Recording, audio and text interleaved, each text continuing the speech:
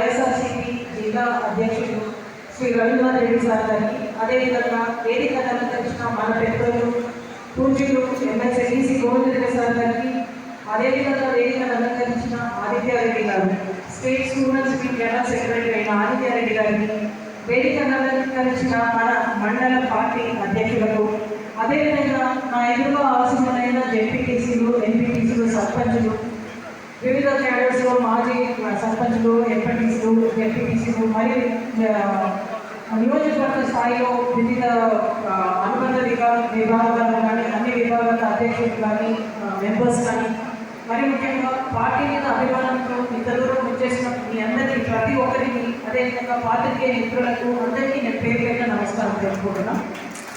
ఈరోజు ముఖ్యంగా మనం 1 year అయిపోయింది, మన గవర్నమెంట్ పోయి ఈరోజు కూటమి ప్రభుత్వం అధికారంలోకి వచ్చి 1 year అయిపోయింది. ఎలాంటి పరిస్థితులు రాష్ట్రంలో కానీ మన నియోజకవర్గంలో కూడా ఎలాంటి పరిస్థితులు మనం రోజు చూస్తున్నాం.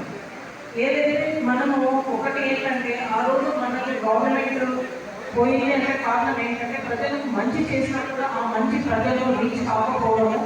ఇంకొకటి ఏంటంటే వీళ్ళు మితిమీరిన హామీలు ఇచ్చారు ప్రజలు. ఈ హామీలు ఏదైతే ఇచ్చారో చేయకపోవడం అనేది మోసం. ఆ మోసాన్ని ప్రజల్లోకి తీసుకెళ్ళేదానికి మనమంతా కూడా అన్ని కమిటీ చేసుకున్నాము.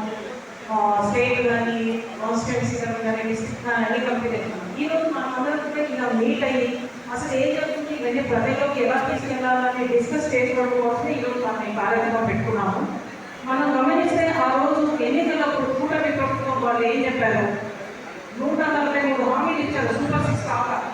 వాటిని ఎన్ని చేస్తున్నారు, ఎన్ని చేయలేదు. ఎందుకంటే వాళ్ళు ఇచ్చిన ప్రతి హామీ కూడా మనకు ఒక క్యూఆర్ కోడ్ ఇచ్చి మన సెంట్రల్ ఆఫీస్ నుంచి వచ్చింది.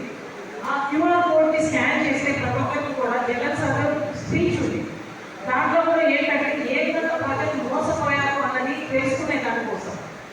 ఇవన్నీ కూడా మనం ప్రజల్లో తీసుకెళ్ళాలంటే మనం వాటిని చూడాలా, తెలుసుకోవాలి. సో అది కూడా వాళ్ళు ఏ విధంగా ఇచ్చారు, ప్రతి ఇంటికి ఒక బాండ్ పేపర్ ఇచ్చారు. దాంట్లో చంద్రబాబు నాయుడు గారు, పవన్ కళ్యాణ్ గారు వీళ్ళందరూ కూడా సంతకం పెట్టారు.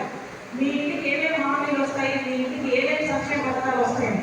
కాబట్టి ఇవన్నీ కూడా మనము ఇప్పుడు ఎల్ఈడి స్క్రీన్ మీద వేస్తారు, అవన్నీ తెలుసుకున్నాము. ప్రజల్లోకి సక్సెస్ఫుల్గా తీసుకెళ్ళాలి ఇవన్నీ కూడా మనం ఎఫెక్టివ్గా. ఎందుకంటే ప్రతి ఇంట్లో కూడా ఈరోజు ఏదో అమ్మఒడి అంతకుముందు గతంలో ఇచ్చిన దానికంటే కూడా నేను భిన్నగా చేస్తామని చెప్పారు. ఇదే మనం చూస్తే లోకేష్ బాబు కూడా జగన్ సార్ ఏ విధంగా ఎంత అద్భుతంగా కామెంట్ చేసిందో మనం చూసాం. 15,000 అని చెప్పి 13,000 ఇచ్చారు. స్కూల్ డెవలప్మెంట్ ఫండ్ కట్ చేశారు. మేము ఎలాంటి షరతులు విధించకుండా అన్ని ఇస్తామని చెప్పారు. కానీ ఈరోజు వాళ్ళు ఏం చేస్తున్నారు, ఏదైతే జగన్ ఇచ్చారో సేమ్ అదే గైడ్లైన్స్ ఫాలో అవుతున్నారు. మరి అలాంటప్పుడు జగన్ గురించి నెగిటివ్ అయితే ప్రజలకు తీసుకెళ్ళారు. అదే పద్ధతులు ఇస్తున్నారు, అదే గైడ్లైన్స్ ఫాలో అవుతున్నారు. సో ఇవన్నీ కూడా మనం తెలుసుకోవాల్సిన అవసరం ఉంది.